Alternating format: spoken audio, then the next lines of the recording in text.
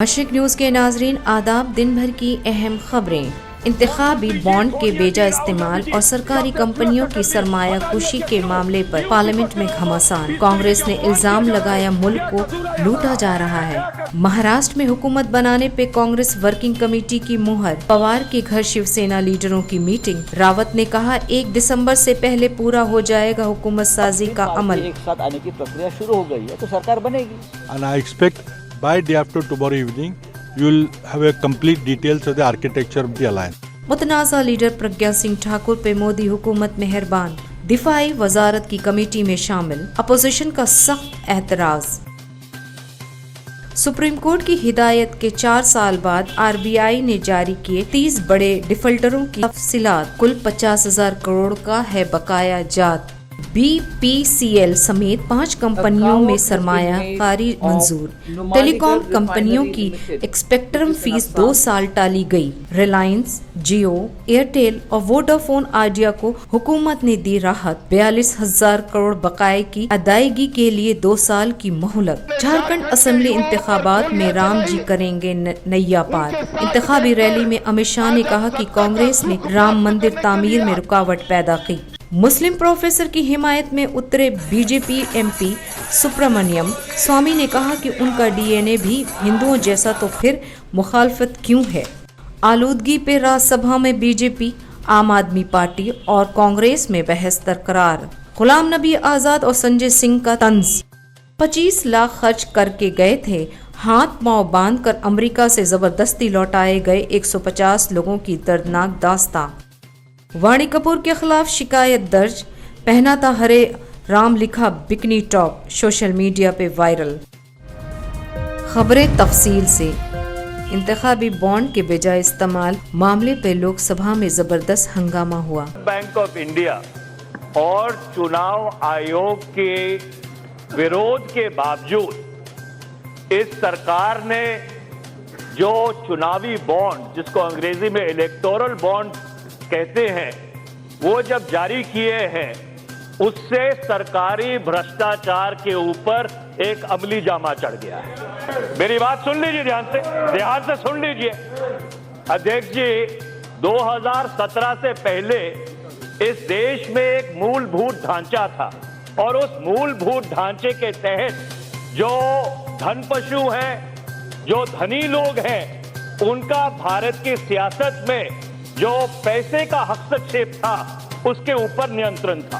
पर 1 फरवरी 2017 को जब आम बजट में इस सरकार ने ये प्रावधान किया कि अज्ञात इलेक्टोरल बॉन्ड जारी किए जाएं, जिसके ना डोनर का पता है, ना जितना पैसा दिया गया उसकी कोई जानकारी है, और जिसको दिया गया है उसकी भी कोई जानकारी नहीं है, उससे सरकारी भ्रष्टाचार के ऊपर अमली जामा चढ़ाया गया है।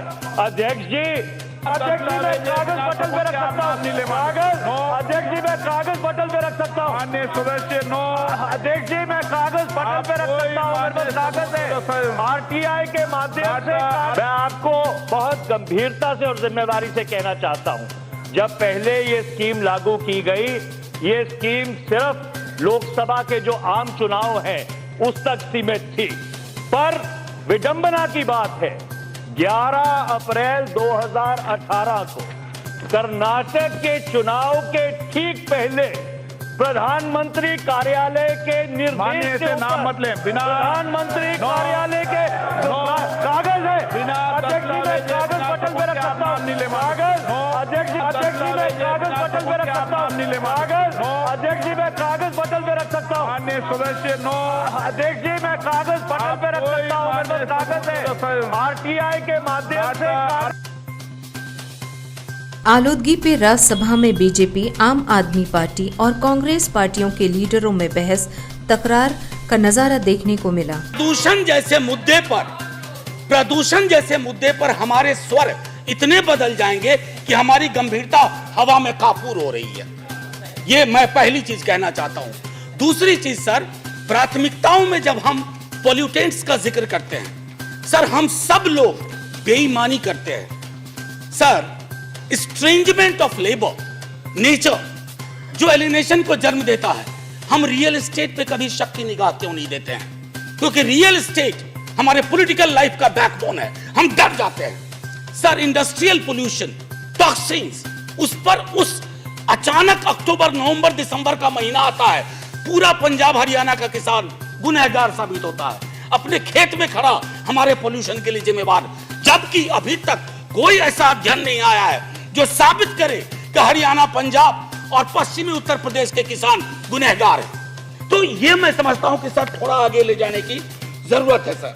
सर एक और चीज मैं कहना चाहता था कि कई वैज्ञानिकों का मानना है, माननीय मंत्री महोदय, कि 2050 तक पॉलिटिकली सस्टेनेबल कैपिटलिज्म रहे या ना रहे, इकोलॉजिकली सस्टेनेबल नहीं रहेगा।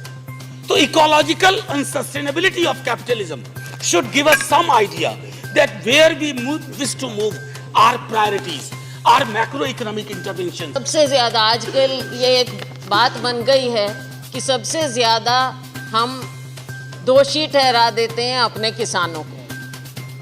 पंजाब हरियाणा के किसानों को हम दोषी ठहरा देते हैं कि इनके कारण उनको क्रिमिनलाइज कर दिया जाता है, और उसका एक ये भी उनके ऊपर इतना ज़्यादा उनको दोषी पाया गया है कि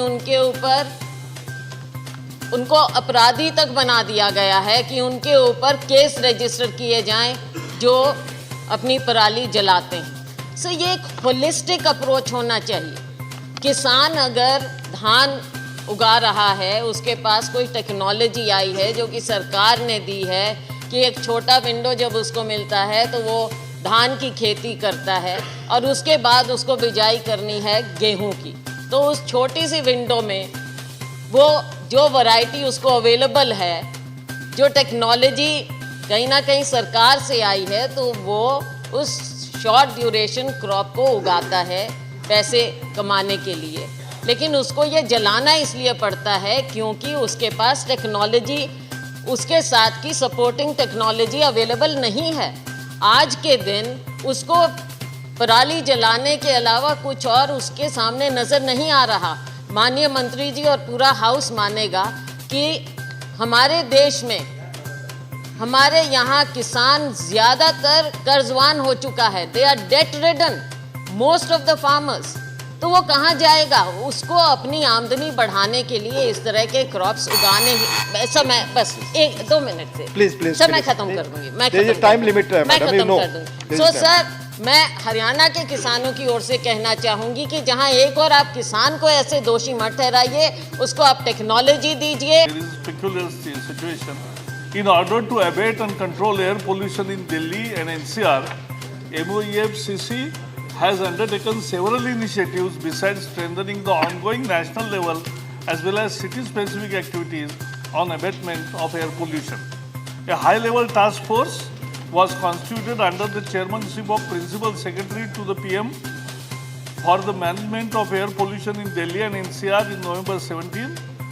The high-level task force closely monitors the implementation of measures related to management of air pollution in Delhi and NCR. Further, regular review meetings have held with all concerned central government ministries, state governments under chairmanship of Honorable Minister, that is, I have conducted it, and Harshvardhan ji earlier, as well as Secretary EFCC, to ensure that various measures of prevention, control and abatement of air pollution in Delhi and NCR are taken in coordinated and effective manner. A comprehensive air plan for Delhi NCR has been developed, identifying the timelines and implementing agencies for actions delineated. The central government has notified a graded response action plan for Delhi and NCR for different levels of pollution. The nature, scope, rigor of measures to be taken is linked with the levels of pollution, namely severe plus or emergency, severe, very poor, moderate to poor and moderate. After due consideration by the authorities concerned, the actions are to be implemented in the entire NCR throughout the